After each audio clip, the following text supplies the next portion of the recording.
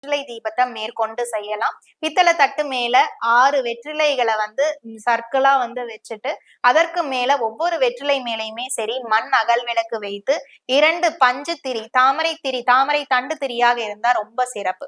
தாமரை தண்டு திரிகள் போட்டு நெய் போட்டு நீங்க தீபம் ஏத்தி வழிபாடுங்கிறத செய்யணும். இதுலயே நிறைய மாறுபாடுகள் இருக்கு. சோ இப்ப திருமண தடைக்காக செய்யறாங்கன்னா அவங்க எப்படி செய்யணும் அப்படிங்கிறதையும் சொல்லிடலாம் முதல்ல. சோ இந்த திருமண தடைக்காக முதல்ல இந்த வெற்றிலை தீபம் வந்து போடுறாங்கன்னா 9 செவ்வாய்க்கிழமை கட்டாயம் வந்து இந்த வெற்றிலை தீபத்தை வந்து ஏற்றணும். சோ ஒரு சிலர் பாத்தீங்கன்னா தொழில் வேலையில முன்னேற்றம் இல்லை, இந்த மாதிரி ஒரு பர்டிகுலரான ஒரு போஸ்ட்ல வந்து இருப்பீங்க. சோ அவங்க எல்லாருமே வந்து 11 செவ்வாய்க்கிழமை வந்து இந்த வெற்றிலை தீபத்தை நீங்க செவ்வாய்க்கிழமை வீட்டிலேயே தாராளமாக ஏற்றலாம். இந்த கோவிலுக்கு நீங்க எடுத்துட்டு போய் தான் ஏற்றினாதான் முருகப்பெருமான் ஏத்துப்பாரு அப்படிங்கறது கிடையாது. வீட்டுல இருந்தே செவ்வாய்க்கிழமை காலையில